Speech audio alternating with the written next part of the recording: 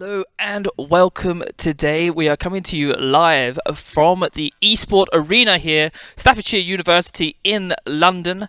And today we are indeed having a talk about performance enhancing substances in esports. And my name is Harry. I am joined today by my colleagues on my right, Igor, and left, Carlos. We have somewhat been talking about this prior to our show today, so just to bring people up to speed, guys, what are your thoughts and opinions on the ways we can enhance players' performance? So the main way that players have been enhancing their performance has been like using illegal substances like adderall, which is the main one and the most commonly used, mainly in North America, as it's a prescription drug over there. Um, they've also used others like Ritalin, and they obviously use caffeine as an enhancing drug, which is a safer way. Um, but at the end of the day, uh, starting by the misuse of drugs when it comes to like enhancing their performance, adderall being a huge problem because it's unhealthy on the long run. It does not help on the long run their player careers, and it's been a very well-known problem in esports for the last 6 years since 2015. Although it has been a problem since longer ago. Very good. And there is a lot to say about Adderall, wouldn't you say? Yeah, yeah. Adderall is a prescription drug mostly given to people who are diagnosed with ADHD, and in America it is a prescribed drug. So the ability to even access the drug is actually really easy in America compared to Europe, where it's not a prescribed drug, and in some countries in Asia where it's actually illegal to actually have this drug. So Yeah. it's mostly a problem that happens in America, and it's also a very highly addictive drug because it puts you in your prime state. It puts you in your prime state, which is like your best state that you could possibly be. But as a consequence, you always want to be in that state, so you want to take it constantly. And as with all drugs, too much can have a cause of death. Can I ask just a question? If I am an esport coach and I want to boost the performance of my team, can I get away with that? Can I give my team Adderall? So it's been like depends on the esport, because not all esport titles do have a drug problem when it comes to the major competitions. But for example, CS:GO and Call of Duty have been the most known for it. Call of Duty mainly on the grassroots one, where it's known that most players do take Adderall because they cannot test it at a grassroots level, because there's too many players in an event. There's 400 players.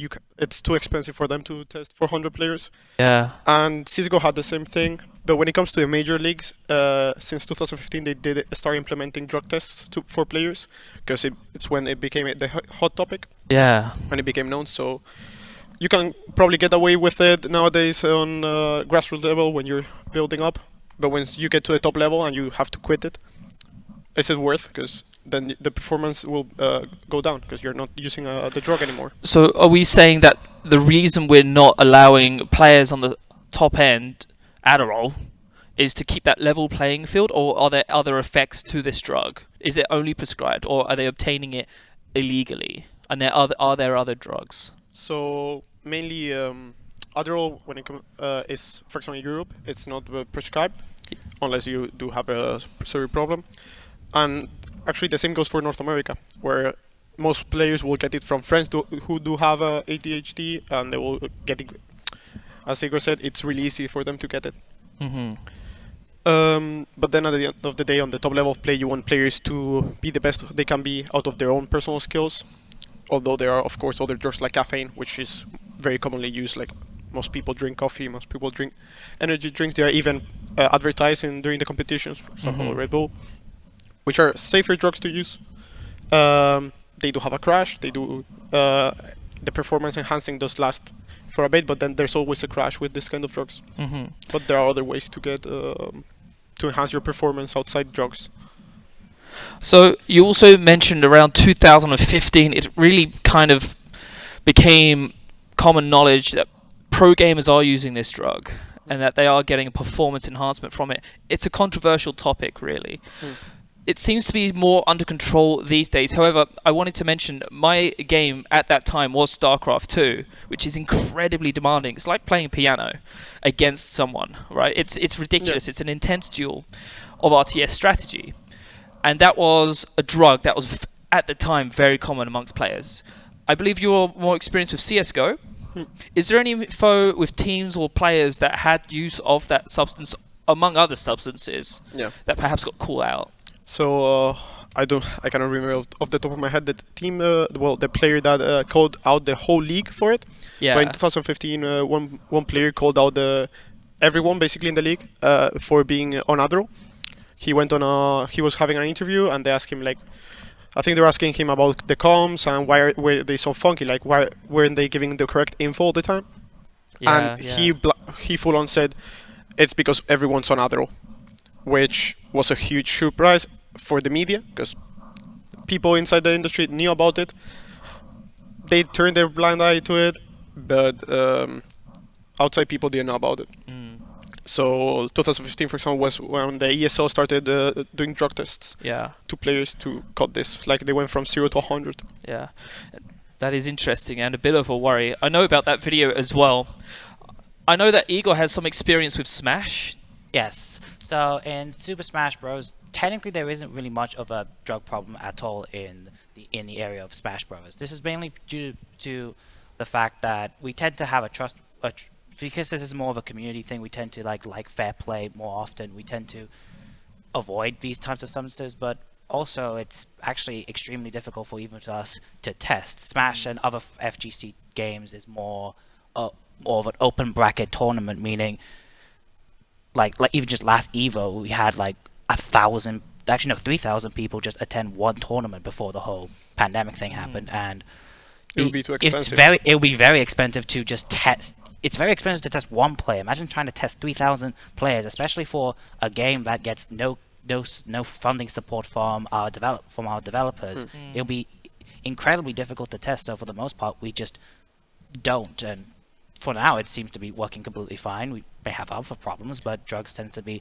not much of a problem. And even just outside of fighting games and like more single player oriented games or card games, they also don't tend to have a drug problem, because in card games you tend to play for so long throughout the day, and the fact that after a certain amount the drug doesn't really help you, and therefore your performance kind of just drops. Not to mention in card games there's a lot of just waiting for your opponent to do something, especially in Pokemon, where you just wait until your opponent finishes their turn to finally do yours, so the drug basically does nothing to you. There's actually not really a need for those players to use drugs like adderall, which would enhance their reflexes. They will think more sharply, because you don't need to be attending on 15 things at the same time. Like you don't have to be looking at minimap, hearing the comms from your teammates to know where the enemies are.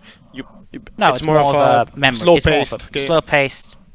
Definitely more memory focused, where you have to remember what cards are in your opponent's hand and in the opponent's discard. It's more of a knowledge-based game than a kind of a reflexive-based game. So the performance enhancement is kind of neutered at that point.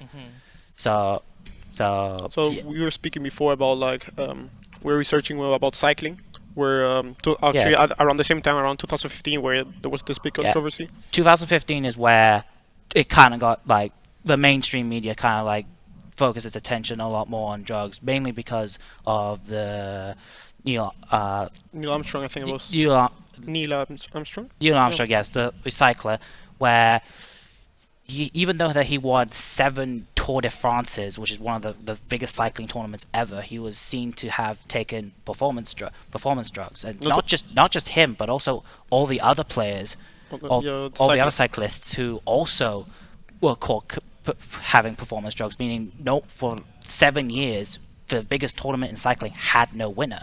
So taking drugs not only can affect not only the player, but also the game's reputation.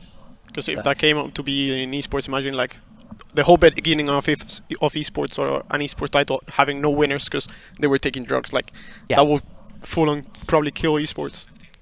Okay, so yeah, with the inclusion of drugs with these players being discovered as well, indeed affects the integrity of the scene as a whole, which is unfortunate. We don't really want to see that. However, there are alternatives. For one, I enjoy meditation. I'm a little behind on my workout, but I know from personal experience, if I take time from a game, I'll be better when I get back to it. Somehow it seems to improve me. Yeah. Do you have experience of this or any tactics yourself we could touch with on quick? with my org, we have worked with esports psychologists before, and it has helped players inside and outside of the game, which being able not to bring your personal problems into the game will enhance their performance and their team performance overall, because they will just be thinking about the game, they will be chill and relaxed, they will have no other problems in their mind, which overall will help how good they will help them to be better at the game without having to use any substances. And there's also the meditation, for example, you mentioned. I know that Misfits in the LEC, they have a professional person that makes the team meditate every day in the morning, which players have come to say that it actually helped them a lot when it came to like training and being able to perform at their best. Very good, Eagle. Yeah, some things that I keep in mind while during playing a whole tournament. Yeah, obviously we have some other enhancement liquids like caffeine, whether it is like a energy formula drink such as G Fuel, or even just like Monster energy drinks. That's something that can keep your concentration going throughout the day, where you've played like 5 hours and you just need a little bit more. Sugars are surprisingly a really effective thing, like just eating like a simple chocolate bar between games or between rounds can actually help you, because sugar just like gives you another form of like instant energy. And I think one other underlooked factor is actually just eating well, like having a having a healthy lifestyle, right? Not just healthy lifestyle, but just before the event have like a healthy breakfast, because if you're hungry, you're obviously going to have to. You're obviously thinking about that. And feed your brain. Yeah. So yes, you need to feed your brain, feed your stomach. But also, depending on what kind of food you eat, like say fruits tend to last longer, because you tend to have it's not only easily to digest, but also the energy tends to last throughout a longer period of time. So, yeah, surprisingly, eating a healthy breakfast can help throughout the performance throughout the entire day. Actually, the mid laner for Mad Lions in the LEC, El Jaya was saying on a podcast that whenever he has McDonald's, for example, or he has fast foods, which are Brilliant. which are not really. Actually, it goes the other way. Yeah. Which I think you're thinking. He feels like he's having a lack of performance. He just feels like he's being more slow with reaction time. Like, just his mind feels very heavy and he's slower when it comes to be playing in game, which is funny because most esports are usually connected to like not eating really healthy, where even proper players say that like for them eating healthy and having eat salads and everything does allow them to be more relaxed and more chill when it comes to playing. I love that. Personally, I always eat well if I can before my games. It gives me a lot of energy into those late sessions. And also, a trick of mine is to just drink a bit of protein shakes. I love the protein shakes. They come with the B vitamins. Also, there are some nootropics out there, which is, for me, somewhat new. I still need to look into it. However, they seem fine enough to sustain you through those sessions to keep you at the top of your game. Also, I wanted to have a quick shout out to London United, who are putting forward research for holistic coaching. And I truly think this is the best way we can improve the industry, as well as attract investors for esports, as their approach for a team is to have more of a not inclusive, but we're taking away the grind of 8-9 hour gaming sessions and instead having 4-hour focused gaming with a balanced lifestyle. More does not mean better. I really think that's the future of esports here. Holistic coaching approach. Further research is required for that. They're looking into it. Personally, it's really exciting. More teams are starting to implement that, where they do obviously they really have to play for a minimum amount of hours, but at the same time, playing for more hours will lead to burnout in the long run. While training less, but having better quality training will help the team overall also. Yeah, absolutely agree that. I can't stand the burnout. I don't think you're going to be getting great returns from that. Yeah. Even when I was like playing card games, unfortunately, due to how the format goes, where it's like more Swiss, where it's more like the Swiss style, where you have to kind of continue playing until the last moment. It really depends on the game if this kind of training works, because for some games you only need to play for like an hour or two, depending on the game, because it's maybe like a round robin style where you like play per day.